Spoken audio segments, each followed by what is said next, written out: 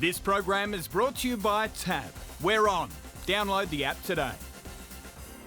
What are you really gambling with?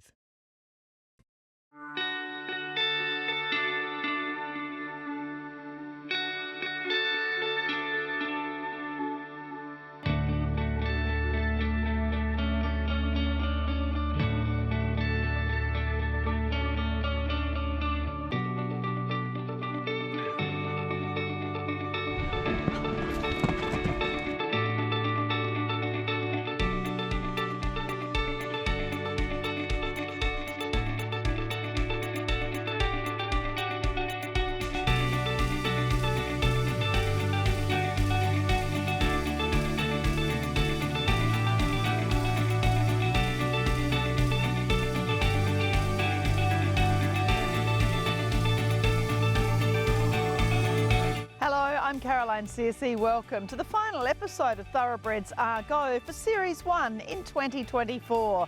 Coming up on this week's show, we visit TBA Fast Track graduate Abby Wheatland, now a stallion handler with Darley Godolphin, showing the crossover that is possible between the equestrian world and the breeding and racing industry.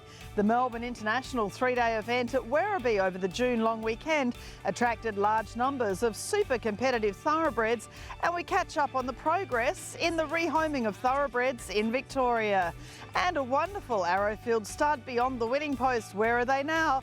Featuring their queen, the Golden Slipper, Victorian Oaks and Australian Guineas winner and super successful broodmare Miss Finland. Now retired from breeding but loved by everyone she's touched at her birthplace from the day she was born. That's all coming up in a bumper episode of Thoroughbreds Are Go.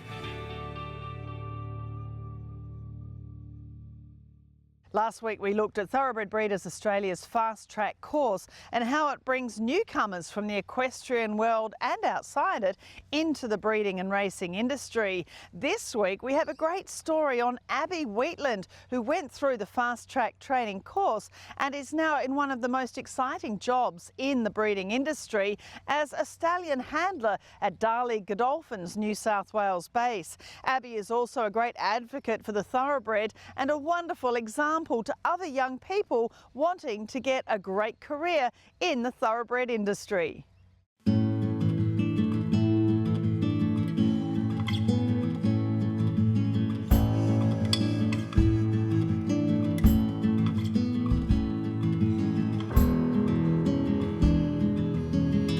It's really fascinating to follow your progress through from doing Thoroughbred Breeders Australia's Fast Track program, now working here at Darley Godolphin in the stallion division and working with horses such as Bivouac. It's been a really fast transition, I guess, from learning so much with Fast Track and now handling this wonderful ex-racehorse. Yeah, absolutely. I didn't expect to get as far as I did, as quick as I did, but I guess a lot of hard work and passion kind of got me there, but still surreal in the sense that like I come down after having a bit of time off and get to handle horses like Bivouac and I still pinch myself. It's pretty incredible. Now, you did have a bit of a background. So, you know, as a baby, you were plonked on the back of a horse, you had a standard bred as a teenager, but tell us about what made you want to do. You were working at Hungry Jack's and working in a stable, so you had a great work ethic, but what made you really think that Fast Track would be good for you? Well, to be honest, like you said, I've always loved the horses. Always seen myself working with them, but I wasn't quite sure like whether that would be a ridden job or I honestly did not know much about the breeding industry at all. After working in the racing stable and help from a friend, I found Fast Track, and honestly at the time I was kind of at a standstill and thought like why not, it'd be a great opportunity, and was not expecting to get it, but I did, so just kind of unspooled from there. Overall it's a pretty incredible course. You cover everything from like nutrition, as simple as like hoof care, general handling of horses, the like estrus cycle, breeding, everything, breeding, yearlings, everything. Like whether you're coming into it with nothing or coming into it with horse experience already, like you can always pick something up from it. You know, for a lot of people, they don't have the confidence probably to really want to be on the back of these thoroughbreds, but this is a great option if you don't want to actually be riding, but you do want to work in this industry. Absolutely, and I think it's really good as well because like I said, you can come into it with zero horse experience, like never touched a horse, and you can learn so much, and being able to work on farm, get paid, still like have a job, but also learning and like go through the whole entire year. You've got the whole sector from everything from breeding, foaling down, like yearling prep, like everything. It's just such a great course, and you can pick up so much and gain your confidence so quickly. You do have your own off-track thoroughbred in Max. We'll have a look at him in a little while. But tell me a little bit about Bivouac himself. I mean, he was a wonderful Group 1 winning sprinter, of course, by Exceed and Excel. He's the real hope of the side, amongst an incredible stallion roster here at Darley. But tell us what you've learned, because you obviously are learning on the job now, and it's such a great stallion staff here at Darley too to learn from. Yeah, absolutely. So the time that when he was running, I wasn't very involved in racing or again breeding or anything like that. So I didn't follow along his racing career, unfortunately. But he's been incredible to work with. One of the first couple that I kind of got on here at Darley, helped me build my confidence. He's a lovely horse, great to be around, and just build my confidence a lot. And the same as the team there, a few knowledgeable people there that I can learn so much from.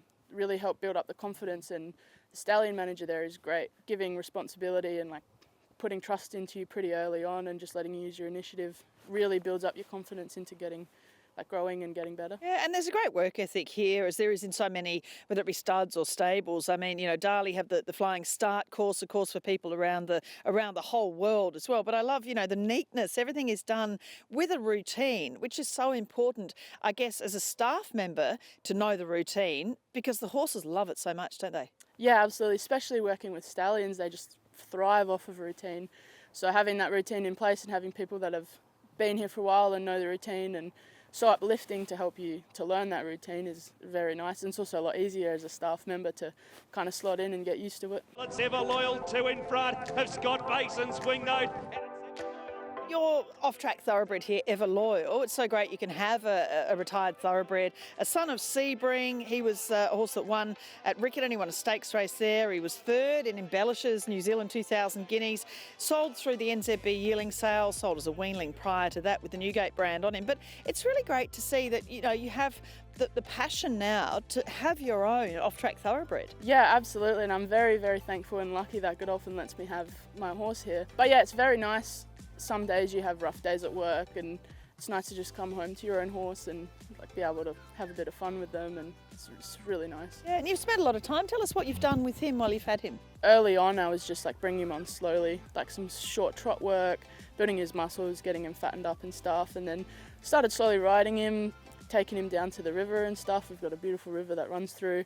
It's really lovely for their legs and just a bit of fun. I lead him off of the work toros here and there and plot him over some jumps, take him for trail rides with my friend. It's really good. You obviously have a lot of confidence around horses now, and I guess that's part of the fast track, training as well, of being taught that you're doing the right thing around them to eliminate as much as you can the risk of getting in their way or something going wrong. Yeah, absolutely. And I think just because of how they have laid out the course, you learn everything about as simple as putting on a head collar if it's something you've never done before, to safe zones in a horse and looking out for behaviours like horses throwing ears back and kicking, just stuff like that to really help you notice those things if you're not fully aware of it yet. Getting in there and handling that. I think they have stock horses there, and being able to go in there and start with those guys, and then the slow pace at the start of being on your farm and how supportive everyone is really definitely helps grow that confidence. We've noticed here at Darley over the last few years too, there are a lot more girls and women that are actually handling the stallions. It's a great thing, isn't it, for you, I guess, coming in now to have, I guess it's a bit of a support base, amongst other women that are, now involved in dealing with these incredible animals. Yeah, absolutely. I knew when I started Fast Track, we had a few stallion tours of a couple studs like Coolmore. And when I first saw the stallions, I kind of knew that's what I wanted to do straight off the bat. And I worked at a stud down in South Australia called Cornerstone. They had a couple stallions there, and I was fortunate enough to get hands-on with them. And it was very intimidating coming up to the hunter thinking that's what I wanted to do, because it's has previously been a male-dominated part of the industry, but Godolphin was definitely always pretty high on my priority list, just because I'd seen through parades and stuff that there were a lot of women on the stallions, and it's very uplifting and encouraging seeing other women on stallions, and makes you feel like you can do it, sort of thing. What's your aim? I mean, what I can see in the future, as you said, you weren't really in the industry when Bivouac was racing, but boy, I reckon you're going to love it when you see the first of the Bivouac foals racing.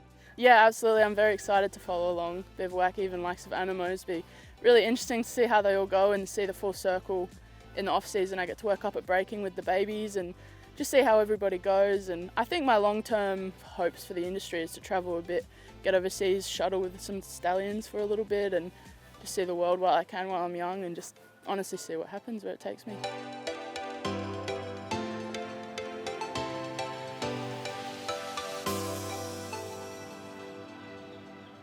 Great to see so much passion in someone so new to the industry as Abby Wheatland.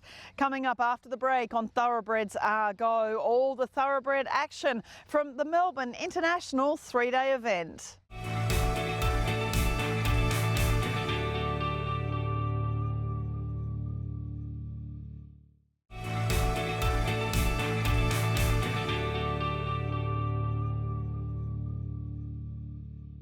Every season on Thoroughbreds Are Go, we try to update viewers on the progress of the different programs for rehoming thoroughbreds in each state and territory. In Victoria, evidence of the success of some of their programs was seen at the prestigious Australian International 3-day event at Werribee with some excellent performances by off-track thoroughbreds.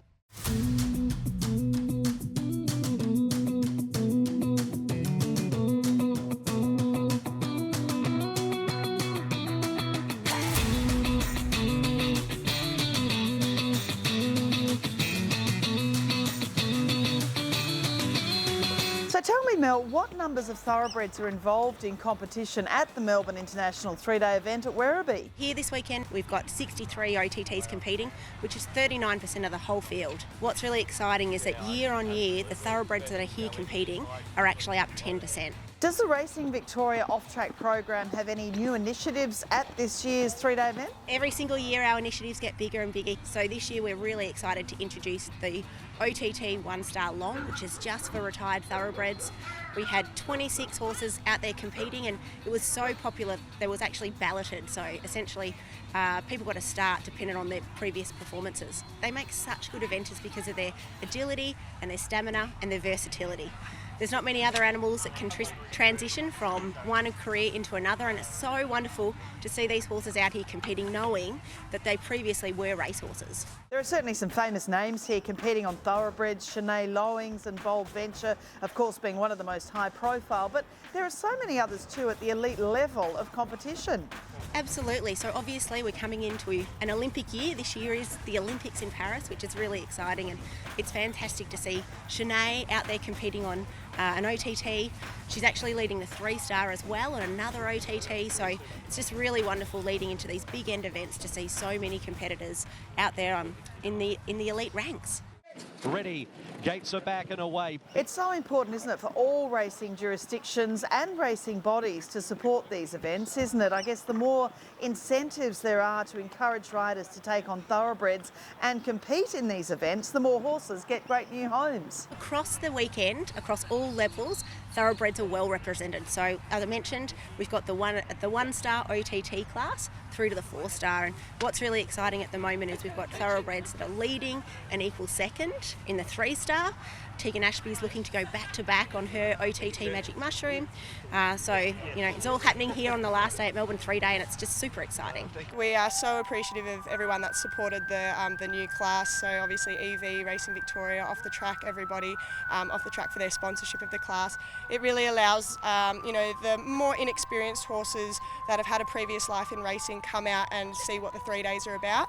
And hopefully we see a lot of the same horses back in the 2-star, 3-star, 4-star in years to come. So it was a really good opportunity to get that exposure for those horses, yeah. Yeah, so my partner and I, Sam Woods, have 5 thoroughbreds between us this weekend.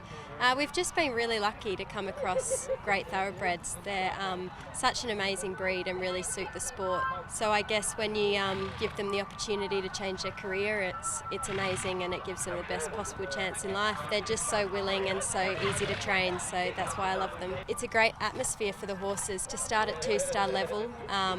It really gets the horses from a young age used to the atmosphere, and the course is so inviting for the younger levels as well, so I just love it. It's great for the horses and in their improvement. I'm hoping to be selected for Paris Olympics on Bold Venture, so that's in the next few weeks. We'll hear about selection, and then hopefully off to Paris in July, so we'll come home and then regroup and get the other thoroughbreds out. He's a really good jumper, so it was more If anything went wrong, it was more a reflection on me than him.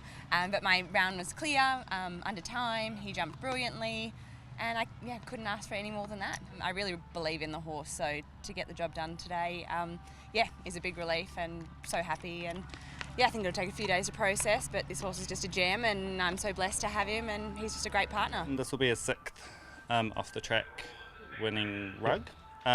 He's done very well in the off the track classes that they've sponsored at each of the events. It's a huge honour. I think it's a great program to really encourage the rehoming of the racehorses. Like you can see over the weekend, they're just phenomenal. Like, they're a little tough. They give you everything. You know, he ran around 10 minutes and 10 seconds yesterday, and then he came out and jumped his socks off today. So you really can't fault them. So it's a really good program to be. Tell us about the work being done in your off-track setup at Werribee. It's important to have a presence here, but you're also providing an incredible amount of information for people who've taken on or are interested in taking on thoroughbreds. It is so important. This is such a wonderful opportunity for not only Racing Victoria but off the track to engage with the public, to educate people on life after racing and the options that we do have for thoroughbreds. So we are here proudly activating and proudly promoting life after racing and post-racing careers for retired Victorian thoroughbreds. We want to be here, we want to be on the ground, talking to the general public and promoting retired racehorses, speaking to new owners and OTT riders about how their horses are going, or if they've had any little hiccups along the way, and how we may be able to assist with our programs. Not only do we have our Acknowledged Retrainer network, but we've got some really important programs such as our Reset program, our Companion Horse program, and some really important partnerships. So we want to be out here continuing to push and promote retired racehorses in their second careers. It feels as if we're coming to a juncture in the program supporting thoroughbreds away from racing. It's really hard for retrainers to cover their costs. And while there are, of course, various percentages of prize money going to welfare in different states and territories, it isn't enough to cover the number of horses that need to transition out of racing and the breeding industry, is it? Well, Racing Victoria, we guide the ship on equine welfare, but it is a shared responsibility and everyone has a role to play. So everyone from breeders, trainers, owners, through to bloodstock auction houses and the like. We are a collective, and as an industry we need to work collectively on this. And it's so important to have this discussion we're seeing at the moment. The racing world can't expect the equestrian world to take on these horses and keep them for life. So, alternatives must be looked at. Is there an ideal model to safeguard all ex-racehorses? As we know, PRAs and different organisations across the country have different models that we use. So there is no one specific answer for this. What's really important is we've done a mountain of work. The industry has done a mountain of work in the previous 10 years on this, but we can't take our foot off the accelerator. We need to keep progressing and we need to keep innovating. So it's really important that as an industry we continue to push forward and we keep this on the agenda and looking for new and improved ways for efficiencies and innovation to keep moving the dial on equine welfare. It seems as if more and more owners are really getting involved in supporting their racehorses into new careers, but more owners still need to take responsibility for their horses when they retire, don't they? What do you think are the best ways for owners to go about supporting their horses? Yeah, so what we're seeing is more and more owners who are sending financial support along with their horse to the retrainer or their new owner. It's really about helping that horse become established in their new home and their new career and in that first transition once they move away from racing. So it's that commitment that even though the horse has finished racing and has retired, that the owners are committed to those horses. Whilst we do see owners who are taking on that responsibility, this is an industry-wide initiative that we need all owners and trainers, and everyone needs to be committed to their horses when they finish racing. So great to see thoroughbreds performing in such big numbers at such a huge event. Coming up after the break, a wonderful finale to this series of Thoroughbreds Go in Arrowfield Studs. Beyond the winning post, where are they now? We feature their queen, Miss Finland, a super race filly and outstanding broodmare, and the people who've loved her here at Arrowfield from the day she was born.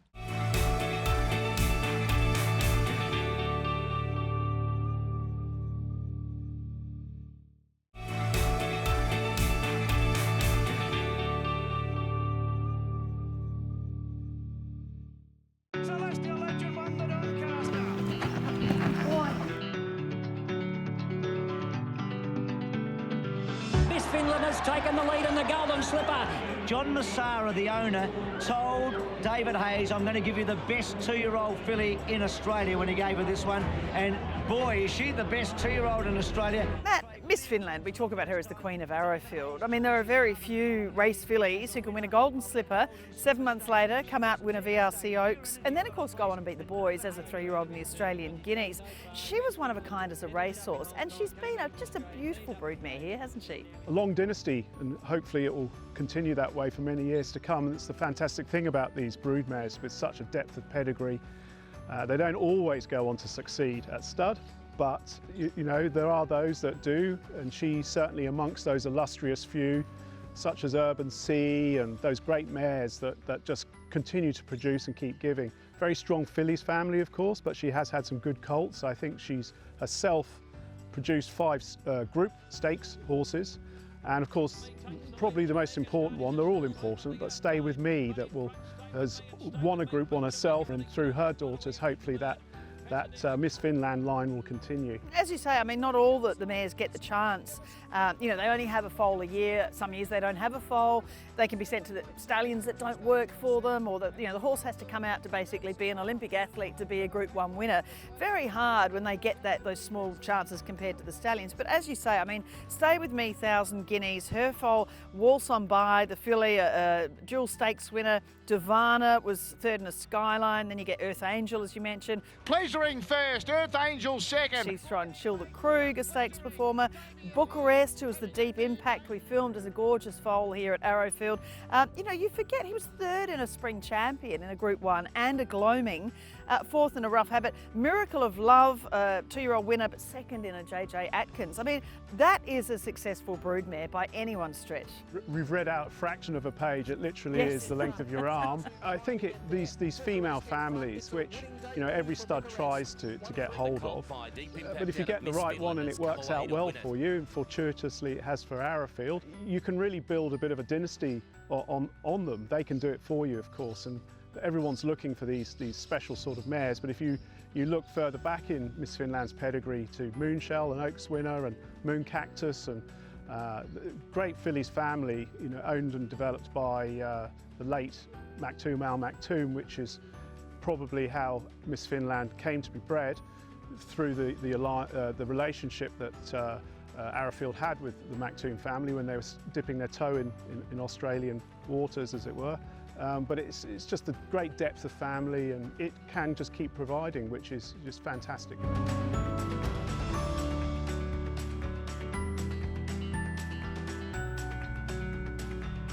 She's always been a special horse to all of us at Arrowfield, but obviously I was at the yearling sales when she was a yearling. I got to go there. I was there Slipper Day when she won the Slipper, which was an amazing day, obviously. Her first start as a 3-year-old, she won the day my daughter was born. So my wife has a real affinity with her. She used to help look after her when she worked here, so she always asks, where is she? She likes to go around the farm and visit her. And, I've got to take her, sons and daughters to the sales as well. And she's always been a lovely, kind, beautiful mare to help look after her. Obviously, I don't look after her on a day-to-day basis. The girls out there do an amazing job of doing that, but everything you've always had to do with her. She's just, a really nice mare, and what she's done at stud, obviously throwing a Group 1 winner, which was amazing as well. It's been a privilege to be a part of, her life. And she does have something special, doesn't she? I mean, she is the leader of the herd, isn't she, really? Yeah, she always has been, even from when she was born. Sam said the moment, he looked at her, she was, a special horse. So, yeah, she's always been, top of the tree. Looking at her now as a retired broodmare, when they finished their life as broodmares, they can go on and be nannies or whatever, but what's her day-to-day routine now for Miss Finland? She's always been the matriarch since I've been here. And I'm sure my predecessors, when they managed her, would tell you the same thing. She has that presence, and she's a very special mare. So her daily routine is that she'll be always cared for here at Arrowfield, and she will end up being a nanny. She'll have a job where she'll take care of weanlings, fillies, she'll have a safe place and we'll take care of her. Kath Stockdale, who manages one of our areas, she takes care of the nannies. Get best treatment, arguably, of all the horses. They're left wanting for nothing. And Kath takes care of them very carefully and diligently.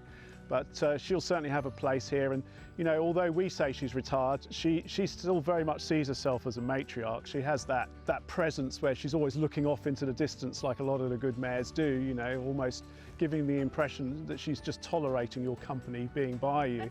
That regal sort of look, as a lot of these good race mares do. You know, she's a character, very much an important part of the Arrowfield team. You know, even though she's retired, you know, just having her around is just marvellous, as it is having all of these great horses around us. She means a lot to the whole of Arrowfield, doesn't she? Yeah, she's part of the family. She literally is just part of the Arrowfield family.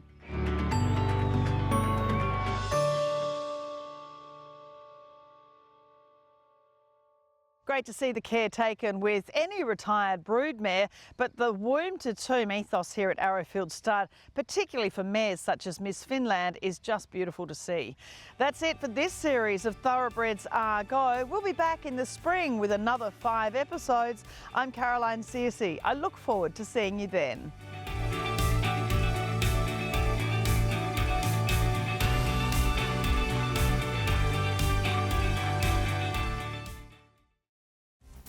This program is brought to you by Tab. We're on. Download the app today. What are you really gambling with?